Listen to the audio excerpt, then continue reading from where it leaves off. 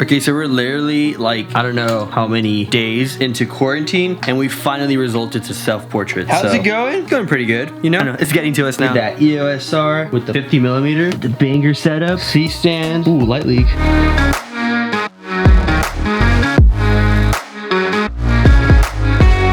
So yeah, today's time lapse is gonna be from the top of my roof and just try to get a cool sunset. I mean, in theory, it was a good idea, but now that I'm up here, it's like, kind of doesn't look the best, but we'll get some good stuff. Okay, so in my opinion, there's only really like 3 ways to shoot a time lapse. It's a bunch of photos stitched together to create like a long video clip per se, a really long video that's just sped up to show everything, and also just using it in bulb mode, which is almost like a combination of 2. But what we're gonna be doing today is what I think is the best one in my opinion. I'm gonna be shooting on my 5D Mark IV. If you're shooting on the 5D, any photos, it's essentially 8K. Basically gonna be like an 8K time lapse, and that's why it's like, okay, like my best idea is to shoot photos to have like a way crisper, better looking time lapse. And even if you down res it to 1080p, the down res is gonna be super crispy and it's gonna look really, really nice. I spoke what call it eating ice cream. Okay, so what we're gonna be using up here is that for our camera settings, we're gonna set it instead of manual mode, which is what I shoot 100% of everything I ever shoot in. I'm actually gonna shoot in aperture priority mode, which is basically that AV. You switch it over to that, you're able to set your aperture to a specific number, and then all your other settings will change according to that. Well, by all the other settings, it's really just like the shutter speed that's going to change. So obviously in a sunset, it goes from really bright to kind of darker. So we want to keep the proper exposure for our sky throughout that whole time lapse. For your aperture, where I think is a really good spot to shoot almost any type of time lapse, I always try to go for f8. So shooting at f8 basically allows you to get a lot of the details kind of really sharp, and shooting landscapes in general, if you shoot it with like a narrow depth field, it's going to give you better photos in general. This is so gnarly being up here. Kind of feels like I'm doing something illegal being on the roof. Like I shouldn't be doing this, which I probably shouldn't, but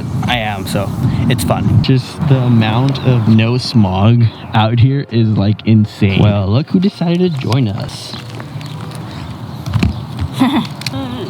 So if you're one of the lucky ones that does have an intervalometer built into your camera like the 5D does, it's super easy to sell. You just have to go over to like intervalometer. You're actually going to be able to set up the amount of shots you want to take for your time lapse. I'm using unlimited just because I don't really care. As soon as the sunset's over, I'm just going to turn it off. And you're also able to set how often you want your camera to take a photo. So for this time lapse, I set it up for about an hour. So I think every 7 seconds should be pretty good for a photo. So I think that should give us like a nice little decently length like time lapse sequence. So like any other landscape, I think if you shoot with like a really wide lens, you're gonna get like a really good time lapse, which is gonna look like way better. So obviously shooting with the 16-35 would have been the best move, but obviously I'm using that to vlog this, so that's not what we're using. We're using the 24-70, which is, I mean, it's a little bit more punched in. I do wish if it was at 16 it would look a little bit better, but for the educational purposes, the 24-70 will have to do. So this is the setup right here. We obviously have the 5D. We're gonna start shooting our time lapse right about now. Oh my god, I just remembered why I dislike doing time lapses. It takes so damn long just for like a 15-second clip.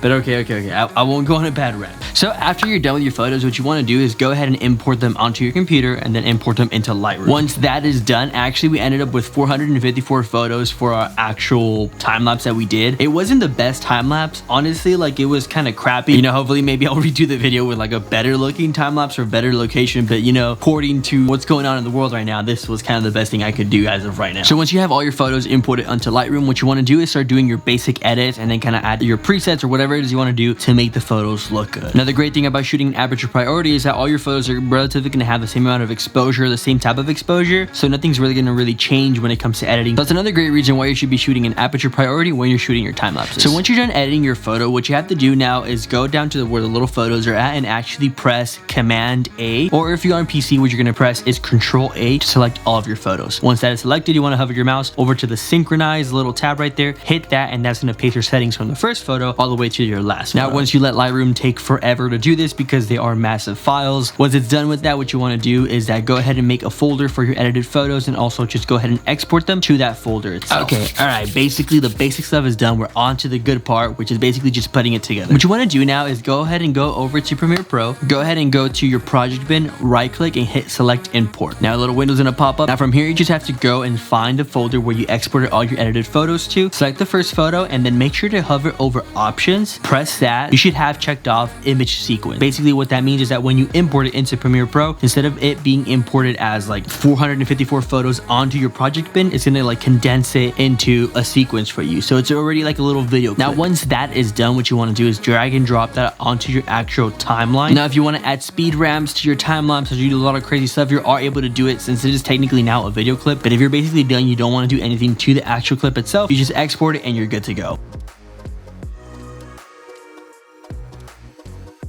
So yeah, guys, that's kind of a quick way that you can do any type of time lapse for anything you're doing. Hopefully your time lapses look better than mine. I had to shoot on top of my roof because I mean I can't really go anywhere right now. I don't know, I'm not a huge fan of time lapses. They're fun to do occasionally, but yeah, that's how I like to do them, occasionally, not often, just occasional. That's why I'll sometimes opt to do the lazy way and choose shoot like a video recording of something for like 3 or 4 minutes and just speed that up. So guys, that's it for today's video. I really hope you guys enjoyed it, and I really hope you guys learn how to essentially do a time lapse. Like I said before, I will probably maybe try to redo doing time lapses and maybe post an update on my Instagram later down the line when we are able to do cool time lapses, because this was just kind of like an improvised time lapse. And I mean, I don't know, it came out cool. Sunsets are cool, but the sky was bland. It wasn't really it for a really good time lapse. I wish it was cloudy and it was moody, but you know what? It is what it is, guys. That's what photography is. Sometimes you got to get what you can and make the best out of it. So yeah, guys, I hope you guys enjoyed this video. Please make sure to thumbs up, subscribe if you haven't done so already. It really would mean a lot to me as well. And also, guys, I want to put a little shout out to my 2 friends that started their YouTube channel. Go ahead and show them some love, Nathan and Nomiya, and also I think it's Steve Rodriguez, or I don't remember your YouTube channel, bro. But basically, I'm gonna go ahead and pop them up somewhere around here. Go show them some love, guys. I did peer pressure them into making their channel, so yeah, I feel a little bit responsible. Anyways, guys, thank you so much for watching. Have a great day and peace out.